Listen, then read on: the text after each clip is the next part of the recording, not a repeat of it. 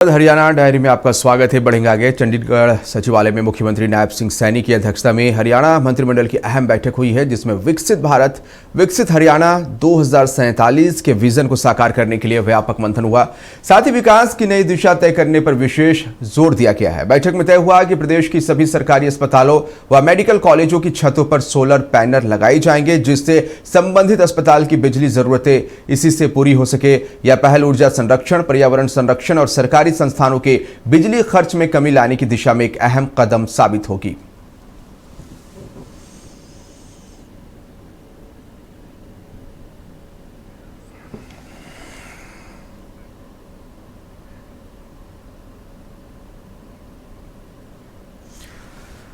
हरियाणा के मुख्यमंत्री नायब सिंह सैनी ने भारतीय महिला हॉकी टीम को FIH hockey women's Nations cup जीतने पर बधाई दी है। उन्होंने सोशल मीडिया प्लेटफॉर्म X के माध्यम से टीम की सभी खिलाड़ियों, प्रशिक्षकों और सहयोगी स्टाफ को इस ऐतिहासिक उपलब्धि के लिए शुभकामनाएं दी और कहा कि हमारी बेटियों ने अपने साहस, अनुशासन और उत्कृष्ट प्रदर्शन के बल पर विश्व मंच पर भारत का तिरंगा गौरव के साथ लहराया है। यह जीत सिर्फ एक खेल प्रतियोगिता की सफलता नहीं, बल्कि देश की नारी शक्ति के सामर्थ्य, आत्मविश्वास और अटूट संकल्प का प्रतीक है।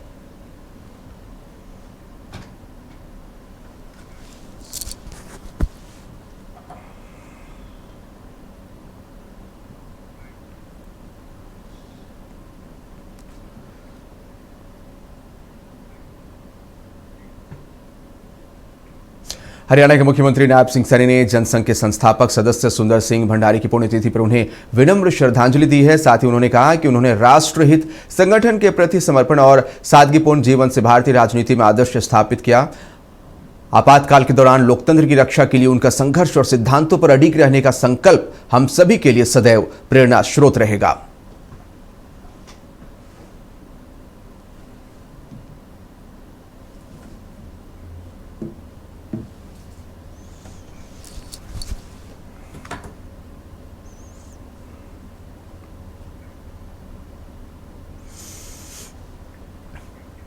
हरियाणा के मुख्यमंत्री नायब सिंह सैनी पंचकुला में PM किसान उत्सव दिवस कार्यक्रम में शामिल हुए। इस दौरान उन्होंने किसानों को संबोधित करते हुए कहा कि देश की आत्मा गांव में बसती है, गांव की आत्मा किसानों में बसती है और किसानों की आत्मा उनकी मेहनत में बसती है। उन्होंने कहा कि खेती सिर्फ जीविका का साधन नहीं है, बल्कि ये जीवन का आधार है। उन्होंने कहा कि हरियाणा के किसानों ने देश की अर्थव्यवस्था में हमेशा से योगदान दिया है।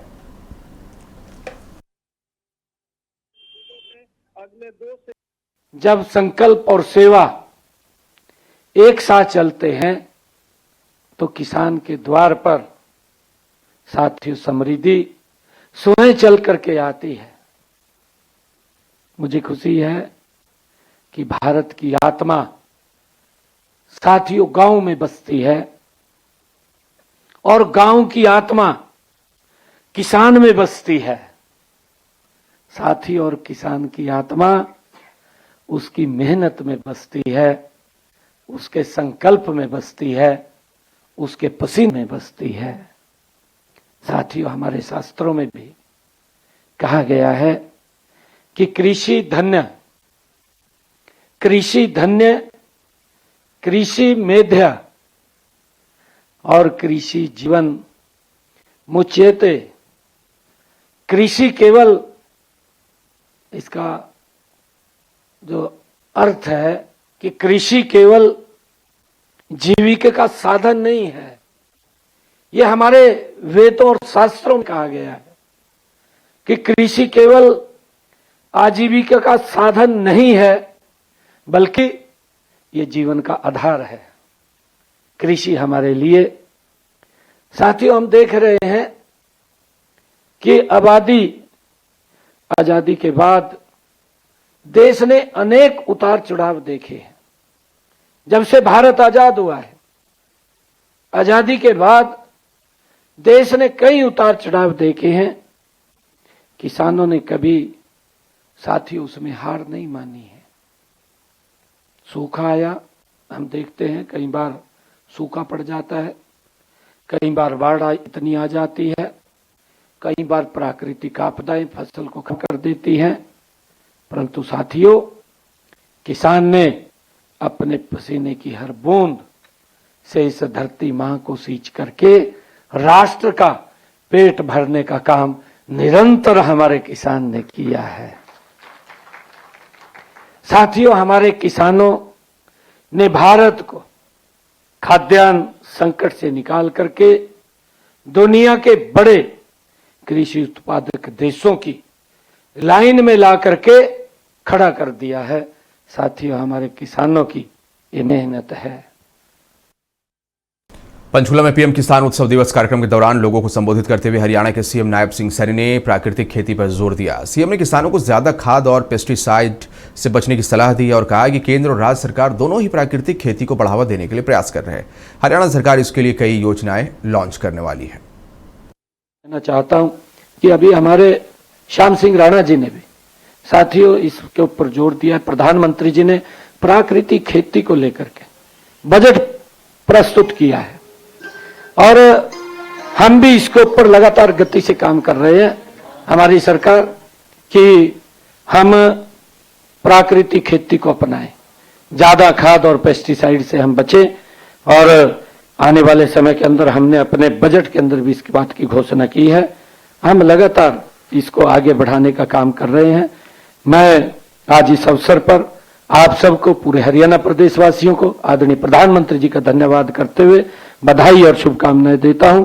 मुख्यमंत्री नायब सिंह सैनी ने गुरु अर्जन देव के बलिदान दिवस पर उन्हें याद किया और लोगों को उनसे सीख लेने की अपील की। पंचकुला में आयोजित एक कार्यक्रम में उन्होंने श्री गुरु अर्जन देव के बलिदान को याद दिलाते हुए कहा कि उन्होंने धर्म और सत्य की रक्षा के लिए तमाम कष्ट झेले।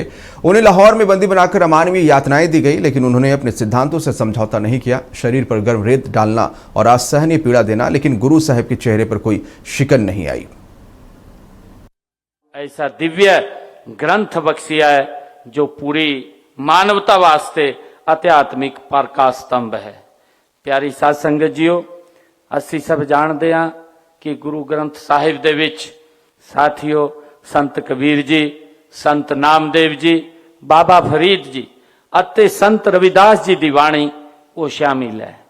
ਇਹ ਇਸ ਦੇਸ਼ ਦੀ ਵਿਵਿਧਤਾ ਨੂੰ ਇੱਕ ਸੂਤਰ ਵਿੱਚ ਪਰੋਣ ਦਾ ਇਹ ਸਭ ਤੋਂ ਵੱਡਾ ਇਤਿਹਾਸਿਕ ਪ੍ਰਮਾਣ ਹੈ।